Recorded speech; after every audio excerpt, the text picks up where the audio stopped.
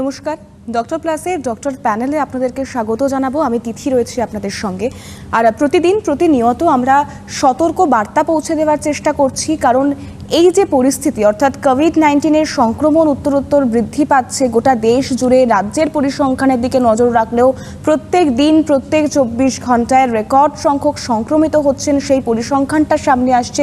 সে জায়গায় দাঁড়িয়ে হয়তো আমরা কিছু সংখ্যক মানুষ প্রচণ্ডভাবে আতঙ্কিত হয়ে পড়ছি, কিছু সংখ্যক মানুষ আবার অতিরিক্ত সাবধানতাও অবলম্বন করছি। ঠিক, কিন্তু কোনো কিছুই যেমন বেশি ভালো নয়, তেমন যথোপযুক্ত ব্যবস্থা গ্রহণ সেটাও ভীষণভাবে প্রয়োজন। সে জায়গায় দাঁড়িয়েই করোনার সতর্কতা নিয়ে আলোচনা করা, সতর্ক বার্তা আপনাদের কাছে পৌঁছে দেওয়ার চেষ্টা করছি চিকিৎসকদের মাধ্যমে। আজও আমার সঙ্গে একজন চিকিৎসক রয়েছেন, আমার সঙ্গে রয়েছেন doctor Jyotishka Ghosh, gynaecologist. Doctor Ghosh, আপনাকে অনেক অনেক স্বাগত জানাবো। এবং সেই জায়গায় দাঁড়িয়ে যে বিষয়টা নিয়ে আলোচনা করতে আজকে যাব, তবে শুরুতেই বলবো, দেখুন, সাবধানতা বা সতর্ক থাকা এটা অবশ্যই ব্যক্তির উপর নির্ভর করছে। আমরা কতটা সাবধান থাকব। চিকিৎসকরা পরামর্শ দেবেন এবং চিকিৎসকরা একেবারে সামনের সারিতে থেকে এই পরিস্থিতির সঙ্গে লড়াই করছেন। তাদেরকে কুর্নিশ জানিয়েই আমরা আমাদের আজকের আলোচনা পর্বটা শুরু করব। ডক্টর ঘোষ, প্রথমে যেটা জানতে চাইবো, যে যেভাবে পরিসংখ্যানটা বাড়ছে, মানে প্রত্যেক দিনই তো বহু সংখ্যক মানুষ সংক্রমিত হচ্ছেন, তাহলে কোথাও একটা গিয়ে অনেকেই আতঙ্কিত হচ্ছেন, কিন্তু আমরা বলছি যে আতঙ্কের দরকার নেই, সতর্ক থাকুন। হ্যাঁ, সেটা আমিও তাই বলবো যে আতঙ্কিত হয়ে কিন্তু কিছু লাভ হবে না। আতঙ্কিত হয়ে বরং এটা নিয়ে এমন নয় যে আতঙ্কিত হলে বা অন্য কোনো রিচুয়ালস করলে করোনা ভাইরাসটা চলে যাবে, মরে যাবে, এরকম কিছু নয়। আমাদের সচেতন থাকতে হবে। ভাইরাসটা বাড়ছে এটা জেনেও আমাদের সচেতন থাকতে হবে। ভাইরাসের জন্য যে ভাইরাসকে এড়ানোর জন্য যে নিয়মগুলো, যে মাস্ক পরা, সোশ্যাল ডিস্টেন্সিং মেনটেন করা, বারবার হাত ধোয়া, যেগুলো বারবার করে আমাদের দূরদর্শনে বা অন্য সামাজিক মাধ্যমে বলা হচ্ছে, সেগুলো ঠিকঠাক করে পালন করা এবং এটাকে আতঙ্কিত না হয় নিজেরা সচেতন থাকা, যাতে আমরা এইগুলো মেনে চলতে পারি। এভাবেই আমরা ভাইরাসটাকে অনেক দূর কন্ট্রোল করতে পারবো। এবং সে জায়গায় দাঁড়িয়ে ডক্টর ঘোষ, যেভাবে পরিসংখ্যানটা বৃদ্ধি পাচ্ছে, অনেক সংখ্যক মানুষ আক্রান্ত হচ্ছেন, এক দিনে 1500-2000-এর বেশি মানুষ আক্রান্ত হচ্ছেন, তাতে কোথাও একটা কি সেটা নিয়ন্ত্রণে আনা সম্ভব হলেও সেটা কি? এটা আমাদের কিন্তু একটা মনে রাখতে হবে যে ভাইরাসটা যতদিন যাবে তত ভাইরাসের সংক্রমণ বাড়বে। আরও একটা কথা, আমাদের এটা 130 কোটির দেশ। এখানে হচ্ছে আমাদের দেশে টেস্টের সংখ্যাও বেড়েছে। টেস্ট হওয়ার জন্য আরও বেশি করে সংক্রমিত মানুষকে আমরা শনাক্ত করতে পারছি। সেই পয়েন্ট অফ ভিউ থেকে যে নাম্বার অফ কেস যে বাড়বে, সেটা কিছুটা এক্সপেক্টেড। কিন্তু আমরা যেটা আমাদের করতে হবে, যদি আমাদের নিজেদের হয়ে সচেতনতা মেনে চলতে পারি, তাহলে কোনো একটা সময় গিয়ে আমরা হয়তো ঘুরে দাঁড়াতে পারবো, রুখে দিতে পারবো ভাইরাসের অগ্রগতিকে। সেই পয়েন্টটার জন্য আমাদের ওয়েট করা ছাড়া এক্ষুনি কিছু করার নেই। কিন্তু ডক্টর ঘোষ, সেদিকে দেখতে গেলেই একটা বিষয় কিন্তু বারংবার প্রত্যেক দিন প্রতিনিয়ত প্রকাশ্যে আসছে, তাহলে এখনও বহু সংখ্যক মানুষ তারা মাস্ক ছাড়া রাস্তায় ঘুরছেন, অবলীলায় বাজারঘাট করতে চলে যাচ্ছেন।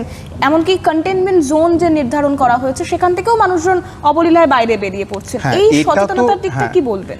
এটা তো রাস্তাঘাটে প্রায় দেখছি যে এটা হচ্ছে। কোনো জনকেই তো কেউ মানছে না, সবজনই তো দেখতে পাচ্ছি যে সবজনই লোকজন ঘুরে বেড়াচ্ছে। হ্যাঁ, সবজনই লোকজনে ভর্তি হয়ে গেছে। এবারে কন্টেনমেন্ট হোক, যাই জন হোক, সবজনই শেষ পর্যন্ত দেখছি লোকজন ঘুরে বেড়াচ্ছে। এবং তাদের মাস্ক থাকলেও অনেকে হয়তো জানি না, অনেকে হয়তো জানেন বা জেনে শুনেও মাস্কটা থুতনিতে পড়ছেন বা পড়ছেন না। সোশ্যাল ডিস্টেন্সিং ব্যাপারটা নিয়ে অনেকে হাসি মজা ঠাট্টা করছেন। আসলে আমার মনে হয় কি, যেহেতু ভাইরাসের বিপদটা আমরা সরাসরি, এটা এমন কিছু নয় যে চোখে দেখতে পাচ্ছি বা কানে শুনতে পাচ্ছি, যেহেতু এরকম নয়, সেজন্য একদম নিজের পাড়ায় বা ঘরের কাছে না আসা পর্যন্ত অনেকেই হয়তো ব্যাপারটার গুরুত্বটা অনুধাবন করতে পারছে না।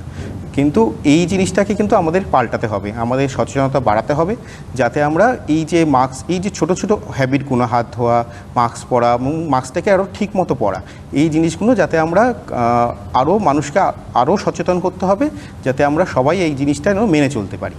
একেবারে। এবং সেক্ষেত্রে দাঁড়িয়ে এই অনুষ্ঠানে মূলত আমরা সতর্কবার্তা বা সচেতন করার একটা চেষ্টা চালাই, কারণ আমাদের হাতেও তো সবটা নেই। সর্বোপরি ব্যক্তি মানুষ তিনি ঠিক করবেন যে তিনি কিভাবে চলাফেরা করবেন, তার নিজেকে কতটা সুস্থ রাখতে হবে। কারণ একটা কথা আপনাদেরকে মাথায় রাখতেই হবে, যে আপনি যে ব্যক্তি, আপনি হয়তো আপনার কথার থেকেও পরিবারের কথা প্রত্যেক দিন বেশি ভাবেন, তাই আপনার পরিবারের কথা মাথায় রেখেই আপনাকে অনেক বেশি সতর্ক, অনেক বেশি সচেতন থাকতে হবে। এবং সেই জায়গায় দাঁড়িয়ে ডক্টর ঘোষ যেহেতু আছেন এবং উনি গাইনোকোলজিস্ট, তো সেই জায়গায় দাঁড়িয়ে আজকে একটু প্রসূতিদের নিয়ে আলোচনা প্রসঙ্গটা টেনে আনাটা ভীষণভাবে জরুরি, যেহেতু স্যারকে আমরা পেয়েছি আমাদের সঙ্গে। কারণ এই সময় স্যার অনেকেই প্রেগনেন্ট রয়েছেন, প্রেগনেন্সির একটা পিরিয়ড, এবং সেই পিরিয়ডটায় প্রপার চেক আপের প্রয়োজন হয়। সবসময় একটা প্রপার ডায়াগনোসিসের মধ্যে থাকতে হয় রোগীকে। কিন্তু এই যে কোভিড-19-এর মতো কেসগুলো সামনে আসছে, একের পর এক হাসপাতাল কোভিড হাসপাতাল হয়ে যাচ্ছে, তাতে তো সেই পেশেন্টের হাসপাতালে যাওয়াটাও অনেকটা বাধা হয়ে যাচ্ছে আর কি। হ্যাঁ, সেটা ঠিক, কিন্তু দেখুন, এখানে আমরা অনেক প্রশ্ন সম্মুখীন হই। পেশেন্ট ফোন করে জানান যে ওইখানে যাওয়া ঠিক হবে কিনা, ওর পাশেই শুনলাম করোনা হয়েছে। একই হচ্ছে, পাশেই শুনলাম করোনা হয়েছে মানে যে ওই জায়গাটায় যাওয়াই যাবে না তা নয়, কিন্তু নিজের প্রোটেকশন মেনে চলতে হবে। এবং আমরাও অনেক সময় এখন অনেকটা যেটুকু চেম্বার ভিজিট, যেটুকু মিনিমাম যেটুকু করলে হয়, যেটুকু টেলিকনসাল্টিং করে যতটা পেশেন্টকে সাপোর্ট দেওয়া যায় সেগুলো চেষ্টা করছি। তারপরেও যেগুলো ফিজিক্যাল এক্সামিনেশনের গুরুত্বটা তো কনফারেন্সে হয় না, তা সেটা একটা গুরুত্ব আছে। সেই সময় আমাকে এমন চেম্বার বা হসপিটাল সিলেক্ট করতে হবে যেখানে আমরা প্রপার সোশ্যাল ডিস্টেন্সটা মেনটেন করতে মানে পারি। টেস্টগুলো তো ভীষণভাবে জরুরি এই সময়। হ্যাঁ, টেস্টগুলো তো জরুরি, এবং তার সাথে সত্যি কথা বলতে প্রেগনেন্সিতে এখন প্রেগনেন্সির মাদেরও আমাদের অনেক সময় কোভিডের সিমটম থাকলে কোভিড টেস্ট প্রেসক্রাইব করতে হচ্ছে। কারো কারো হয়তো পজিটিভ আসছেন, তাদের ক্ষেত্রে তাদের অনেকেই হোম আইসোলেশনে থাকছেন। সেক্ষেত্রে তাদের সেভাবে টেলিকনফারেন্সেই তাদের যতটা মেন্টাল সাপোর্ট এবং যে ওষুধপত্র দিয়ে সাপোর্ট দেওয়ার কথা সেগুলো করার চেষ্টা করছি। তাদের কি ডায়েট হতে পারে আইডিয়ালি সেগুলো বলে দেওয়া হচ্ছে, সেইভাবে তাদের হেল্প করতে হচ্ছে। এরপরে কারো যদি সিভিয়ার সিমটম হয়, শ্বাসকষ্ট শুরু হয়, তখন তাকে কোভিড হসপিটালে ট্রান্সফার করতে হচ্ছে। কিন্তু এখন যেহেতু আমাদের দেশে সংক্রমণটা বাড়ছে, সেজন্য যতদিন যাবে এইটা আরও নাম্বার আরও বাড়বে, অনেক বেশি করে মানে প্রসূতি মায়েরাও অনেক বেশি করে সংক্রমিত হবে। কিন্তু তাদের যদি ঠিকমতো চিকিৎসা দেওয়া যায়, তাদের যে সময় যেটুকু দরকার সেই সময় সেই ব্যবস্থাগুলো নেওয়া যায়, তাহলে তারা নিজেরাও অনেকটা নিরাপদে থাকবেন এবং তাদের গর্ভস্থ শিশুরও যাতে কোনো ক্ষতি না হয় সেই ব্যাপারটাও আমরা এনশিওর করতে পারি। সেই জায়গায় দাঁড়িয়ে ডক্টর ঘোষ, যে বিষয়টা একটু আসতে চাইবো, মানে এই সময় বলা হচ্ছে যে প্রত্যেকটি মানুষেরই ইমিউনিটি পাওয়ারের দিকে নজর দেওয়া উচিত। মানে রোগ প্রতিরোধ ক্ষমতা যার যত থাকবে সে তত কমে, মানে অনেকটা সময় পর সে হয়তো গিয়ে কোনো একটা সময় কোভিডে আক্রান্ত হলেন, তার মানে দ্রুত সংক্রমণের কোনো নিশ্চয়তা নেই। সেই জায়গায় দাঁড়িয়ে যারা প্রসূতিরা রয়েছেন তাদের তো অনেক সেফ থাকতে হয়, অনেক সেভিয়ার জিনিসপত্র ব্যবহার করতে হয়। তো সেই জায়গায় দাঁড়িয়ে তারা ঠিক কী ভাবে তাদের দিন যাপন করবেন?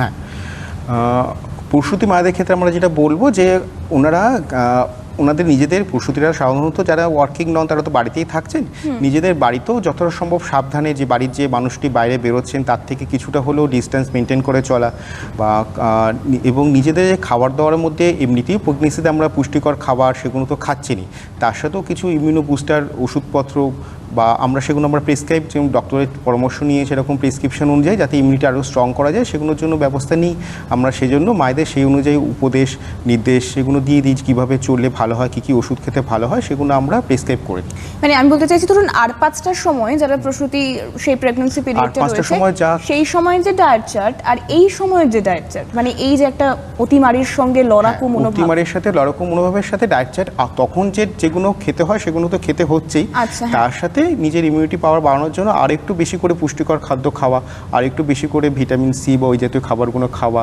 সেগুলো আমরা মায়েদের যখন আমাদের কাছে চেক আপে আসছেন তখন আমরা মায়েদের সেই ব্যাপারে সচেতন করছি, তাদের আমরা সেইগুলো আরও বেশি বেশি করে নিতে বলছি।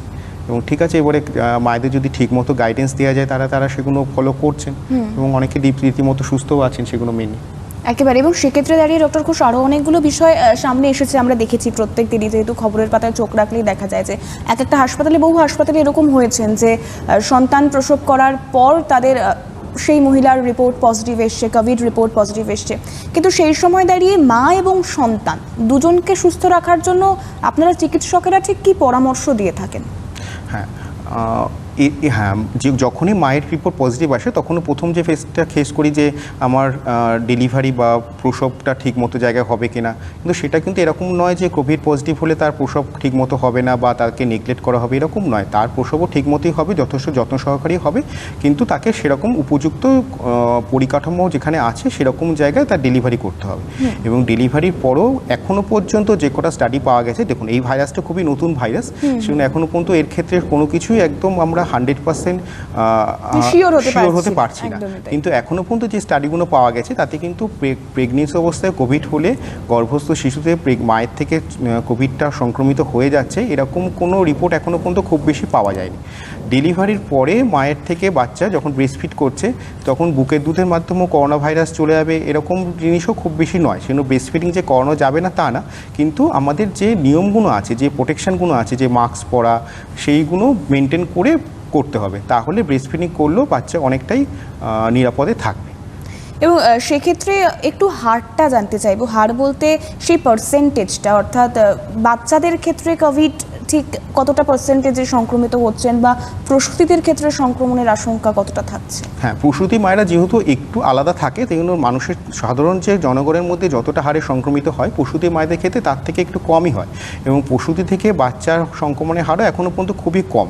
সেই জন্য ওটা নিয়ে আমার মনে হয় খুব বেশি আতঙ্কিত হওয়া যে আমার কোভিড হয়ে যাবে, প্রেগনেন্সি এসছে, এই সময় আমার প্রেগনেন্ট হওয়া ঠিক হয়নি, বা আমার কোভিড হলে বাচ্চার সাথে সাথে সেটা বা রক্তের মাধ্যমে বাচ্চার কাছে চলে যাবে, এরকম ভেবে আতঙ্কিত হওয়ার কোনো কারণ নেই। সেক্ষেত্রে দাঁড়িয়ে আমরা ডক্টরও বললেন, ডক্টর ঘোষও সেই কথাই বললেন, এবং আমরাও অন্তত সেই বার্তাই আপনাদের কাছে পৌঁছে দিতে চাইছি। কারণ অযথা আতঙ্কিত বা কোনো রকম গুজব, কারণ কোনো একটা ঘটনা প্রকাশ্যে আসার পরেই সেই ঘটনাটা বহু চর্চিত হয় এবং বহুজন দ্বারা আলোচিত হয়, অর্থাৎ প্রত্যেকের মুখে মুখেই আলোচনার বিষয়বস্তু সেই ঘটনা কেন্দ্রিক হয়। এই সময় যেমন একটাই আলোচনার বিষয়বস্তু, তা হলো কোভিড-19 বা করোনার সংক্রমণ, কোথায় কোথায় করোনা সংক্রমিত হচ্ছে, কার এলাকায় কতজন করোনায় সংক্রমিত হলো, তিনি কতটা সেফ জোনে রইলেন, এই বিষয় নিয়ে আমরা আলোচনা করেই থাকি।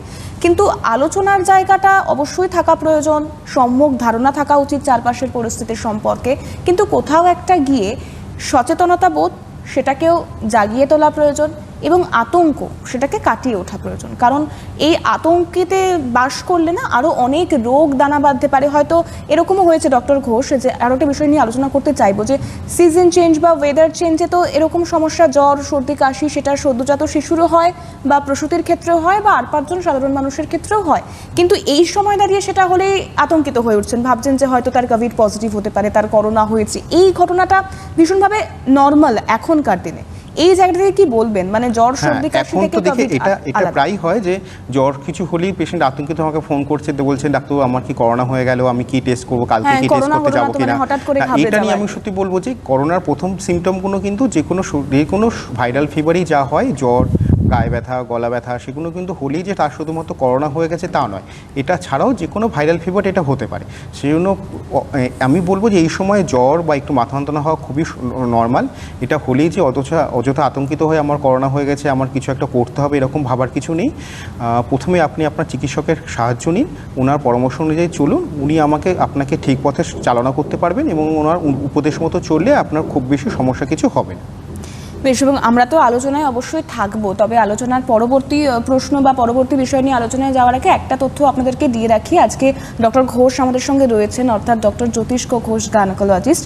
আপনাদের যদি কোনো সমস্যা হয় বা কোনো সমস্যায় আপনারা পড়েন, কারণ এই মুহূর্তে দাঁড়িয়ে লকডাউনকে মান্যতা দেওয়া যেমন একটা গুরুত্বপূর্ণ বিষয়, ঠিক তেমনই চিকিৎসকদের সঠিক পরামর্শ মেনে চলাটাও একটা গুরুত্বপূর্ণ বিষয়। তাই ডক্টর ঘোষকে আপনারা ডক্টর প্লাসে পেয়ে যাবেন। ডক্টর প্লাসে যোগাযোগ করলে, ডক্টর ঘোষের সঙ্গে যোগাযোগ করলে আপনারা যে পরামর্শ আপনার প্রয়োজন, যে সমস্যার মধ্যে আপনারা পড়েছেন, অবশ্যই যদি আপনারা ডক্টর প্লাসে যোগাযোগ করেন, তা ডক্টর ঘোষের সঙ্গে যোগাযোগ করার একটা সম্ভাবনা থাকছে।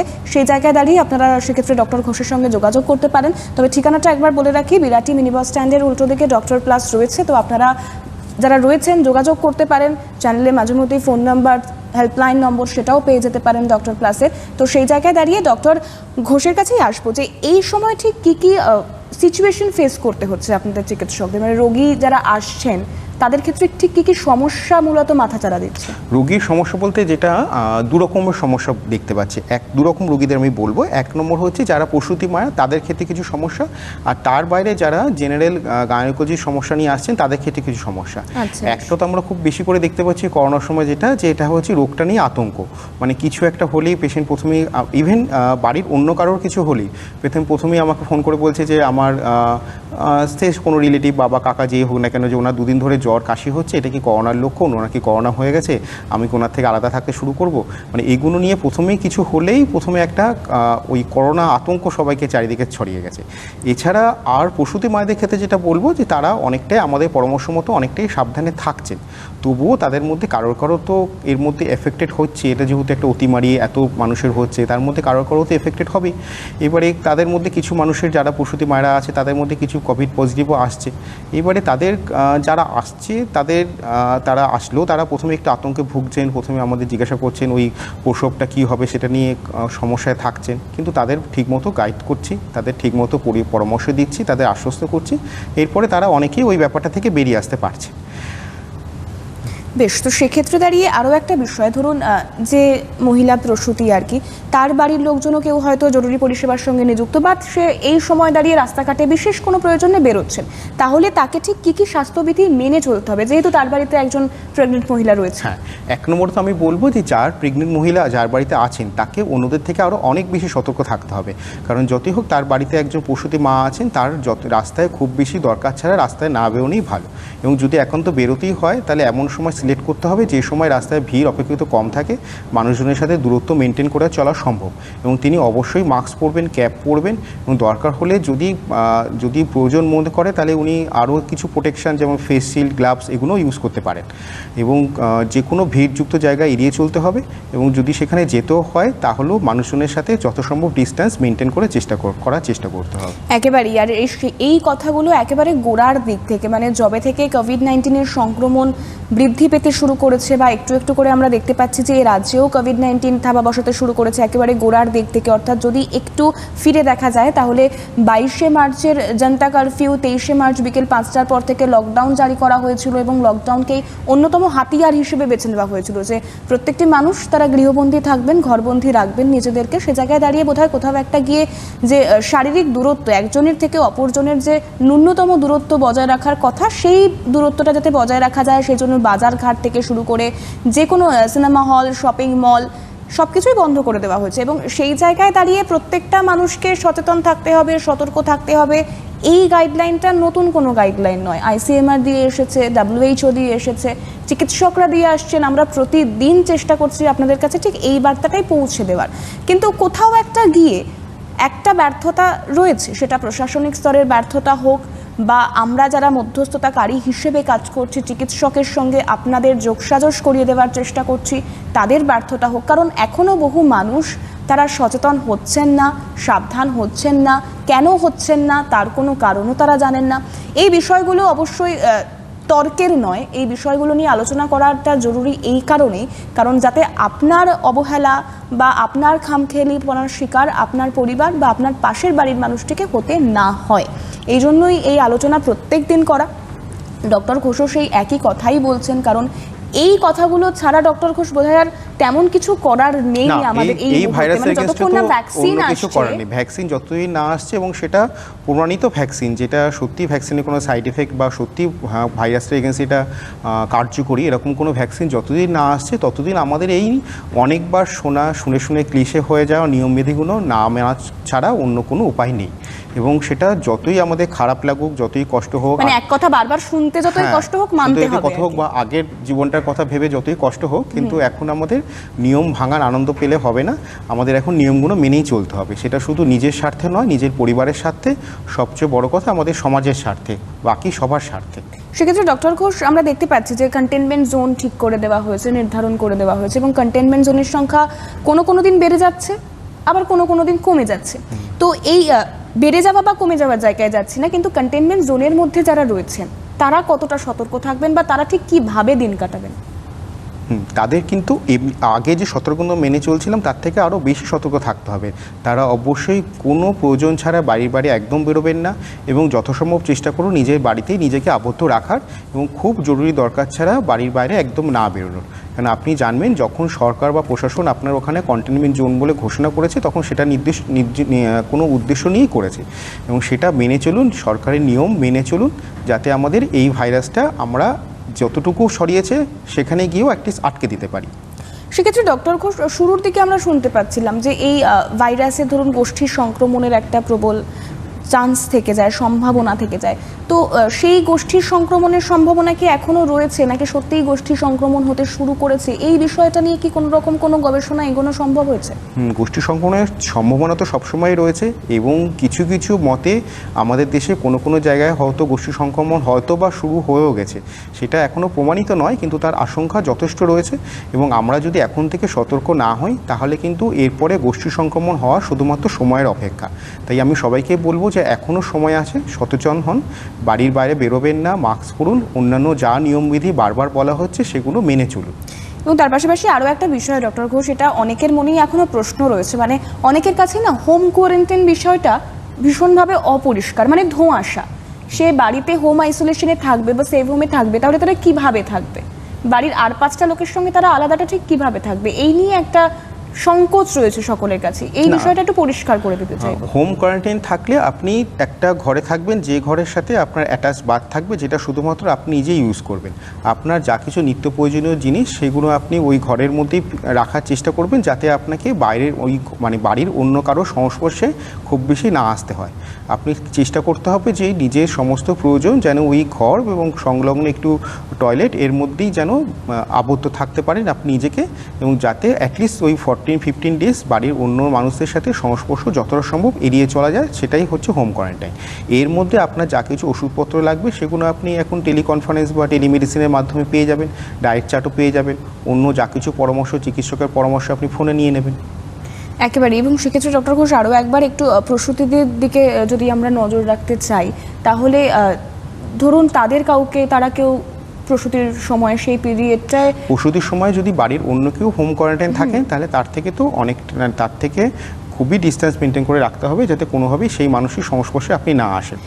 আর হ্যাঁ, এবং সেক্ষেত্রে প্রসূতি যদি তাকে হোম আইসোলেশনে থাকতে হয়, তার তো মানসিক একটা চাপের সৃষ্টি হয়। কারণ আর আমরা সবাই জানি যে প্রেগন্যান্সি টাইমে একটু হাসি খুশি আনন্দে থাকাটা ভীষণভাবে জরুরি। তাহলে সেই জায়গাটা থেকে কীভাবে ওভারকাম করার সাজেশন দিচ্ছেন আপনারা? না, সেই দায়িত্বটা কিন্তু আমি বলবো মিউচুয়াল। একজন প্রসূতি মায়ের যদি হোম আইসোলেশনে থাকতে হয়, তাকে ইমোশনালি সাপোর্ট দেওয়া, তাকে সাইকোলজিক্যালি তাকে স্ট্রং রাখার দায়িত্বটা যেরকম পরিবারের, সেরকমই তার যে ফিজিশিয়ান আছেন বা ডাক্তারবাবু আছেন তারও সমান দায়িত্ব। দুজনেই ডাক্তারবাবুর পরামর্শ এবং পরিবারের বাকিদের সহমর্মিতা এগুলো পেলে উনি অবশ্যই এই কঠিন সময়টা কাটিয়ে উঠতে পারবেন।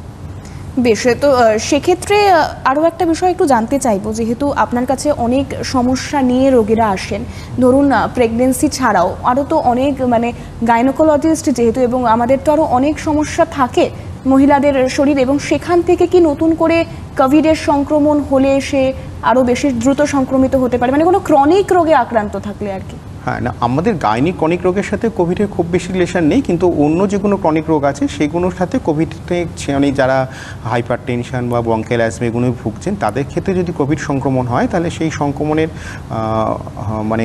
সেই সংক্রমণেরটা সিরিয়াসনেসটা অনেক বেশি হওয়ার সম্ভাবনা বেশি। আমাদের সময় আমরা দেখেছি গাইনিক সমস্যার মধ্যে যারা যেহেতু ঘরে আবদ্ধ থাকছেন, সেগুলো ওই ফিজিক্যাল এক্সারসাইজ বা এই ব্যাপারটা তো একেবারেই হচ্ছে না, যেহেতু এখন সব জিমনেশিয়ামগুলো বন্ধ, সেগুলো ফিজিক্যাল এক্সারসাইজ না ফলে পেশেন্টের ওয়েট বাড়ছে, এবং ওয়েট আগে যে এবং বডি ওয়েট গেইন করার ফলে ওই পলিসিস্টিক ওভারি বা ডায়াবেটিস এই জাতীয় রোগগুলো কিন্তু এখন আরও বেশি করে হচ্ছে। একদম। এবং সেক্ষেত্রে সর্বোপরি সব মানুষকেই, মানে কেউ ক্রনিক রোগে আক্রান্ত হোক বা তাকে আপাত দৃষ্টিতে দেখে যতই সুস্থ মনে হোক, তাই কোথাও একটা গিয়ে সকলকে সাবধান থাকতে হবে। কেন সাবধান থাকতে হবে সেটা আরও একটা বিষয়ে নজর রাখবো, এবং ডক্টর ঘোষের থেকে জানতেও চাইবো যে এই মুহূর্তে চিকিৎসকরা বা আপনারা যেটা মনে করছেন যে অ্যাসিমটোমেটিক ক্যারিয়ারটা অনেক বেশি, মানে কোনো রকম উপসর্গ নেই কিন্তু তারা করোনায় আক্রান্ত হচ্ছে, তারা তো অনেক বেশি মানে ভয়ানক পরিস্থিতির দিকে যাচ্ছি আমরা, তাই নয় কি? হ্যাঁ, সেটা তো বটে।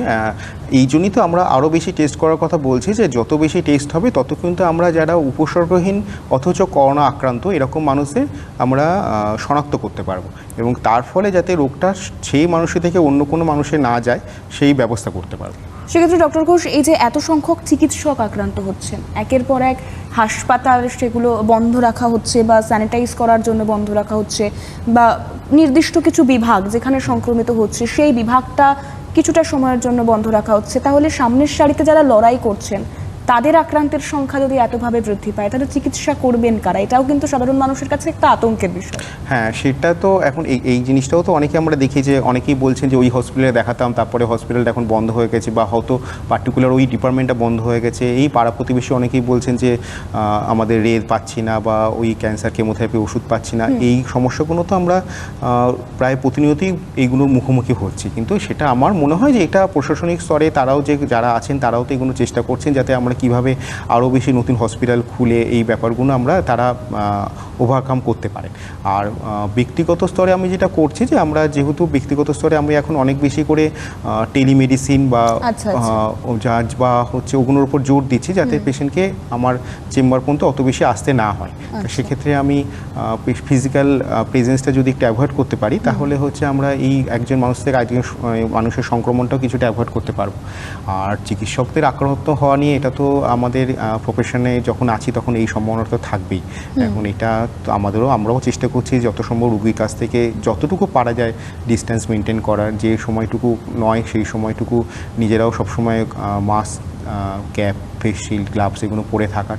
কিন্তু তারপরেও চিকিৎসা করতে গিয়ে আক্রান্ত তো মানুষজন হবেই, কিন্তু যেহেতু আমরা সামনের সারিতে আছি সেগুলো আমাদের রিস্ক বা আক্রান্ত হওয়ার সম্ভাবনা অনেক বেশি, এবং সেটা তো আমাদের প্রফেশনের পার্ট। এখন ওটা নিয়ে আমাদের এগিয়ে চলতে হবে একেবারে। এবং সেই জায়গায় দাঁড়িয়ে ডক্টর ঘোষ আরও অনেক সমস্যা, মানে একটা বিষয় নিয়ে তো শুধুমাত্র একটা সমস্যাই থাকে না, মানে ধরুন শুধুমাত্র কোভিড আক্রান্ত হচ্ছেন, তার চিকিৎসা বা চিকিৎসা না হওয়া অভিযোগ, এগুলো অনুযোগ থাকছে, কিন্তু শুধুমাত্র সেটাই সমস্যা নয়। কোথাও একটা কোয়ারেন্টাইন হসপিটাল তৈরি হওয়া, কোয়ারেন্টাইন সেন্টার তৈরি হওয়া, সেটা নিয়ে মানুষজন সমস্যা করছেন। কোনো হাসপাতালকে কোভিড হাসপাতাল ঘোষণা করলে স্থানীয় মানুষজন তারা আতঙ্কিত হয়ে যাচ্ছেন, তারা বিক্ষোভ দেখাচ্ছেন, তারা ভাবছেন যে দ্রুত সংক্রমণ হবে ওই এলাকায়।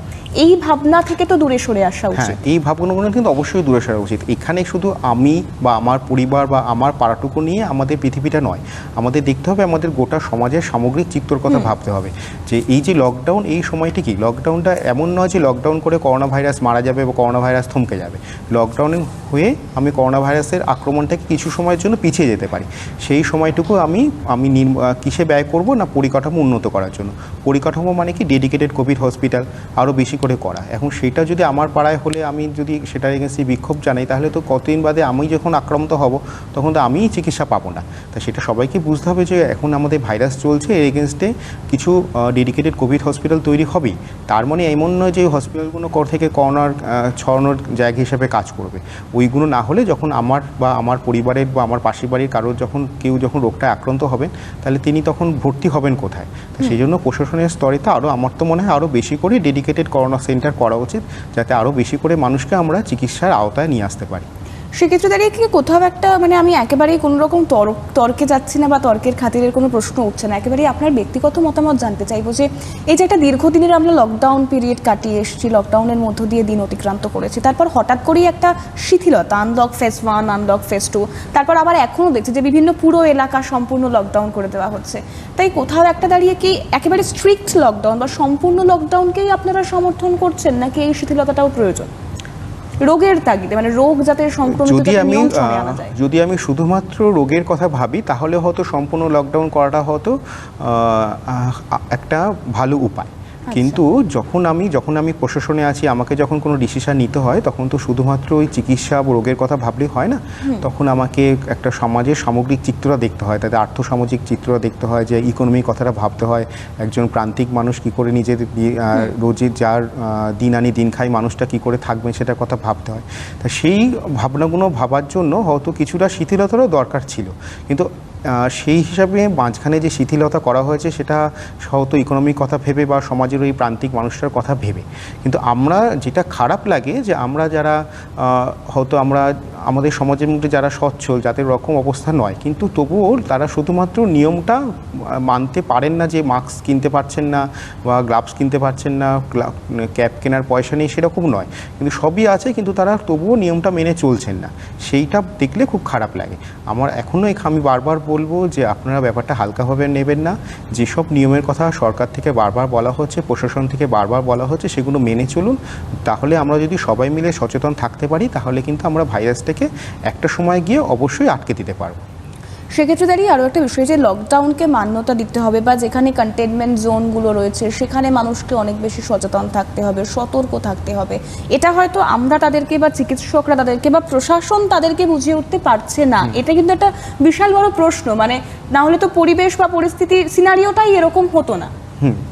আমার মনে হয় এক্ষেত্রে আরও যারা আছেন, মানে সমাজের মধ্যেও যারা একটু যাদের কথা সবাই শোনে, তিনি যে কোনো মানুষই হতে পারেন, তিনি পাড়ার একজন বয়োজ্যেষ্ঠ মানুষ হতে পারেন বা কোনো ধর্মীয় সংগঠনের নেতা হতে পারেন, তারাও যদি আরেকটু এগিয়ে আসেন, যাদের কথা মানুষ শোনে, তারাও যদি মানুষকে, আমাদের প্রশাসন, চিকিৎসক এদের পাশাপাশি তারাও যদি মানুষকে আরেকটু সচেতন করেন, তাহলে কিন্তু মানুষ এই ব্যাপারটা বুঝবে। মানুষকে বোঝালে কেন বুঝবেন না, তাকে এই ব্যাপারটা বুঝবে যে এটা কোনো কিছুর এগেনস্টই নয়। এই যে লকডাউন করা হচ্ছে যাতে হয়তো রুটি রুজির অসুবিধা হচ্ছে, সেটা আপনার আপনার সামগ্রিক ভালো কথা ভেবি, গোটা সমাজের ভালোর কথা ভেবি, এগুলো একেবারে, যদি এবং সেই ভালোটাও নিজেদেরকে ভাবতে হবে আর কি, এটাই অবশ্যই। হচ্ছে সর্বোপরি। এবং শুরুর শেষে একটাই কথা, সেক্ষেত্রে অনুষ্ঠান এখানে শেষ করতে হচ্ছে। ডক্টর ঘোষ ছিলেন আমার সঙ্গে, ডক্টর জ্যোতিষ্ক ঘোষ, তাকে অনেক ধন্যবাদ জানাবো আমাদের সঙ্গে থাকার জন্য। পাশাপাশি আপনারা যদি তার সঙ্গে যোগাযোগ করতে চান, ডক্টর প্লাস রয়েছে, তার মাধ্যম হিসেবে আপনারা সেখানে তাকে পেয়ে যাবেন, আপনারা পরামর্শ নিতে পারেন সেখান থেকে।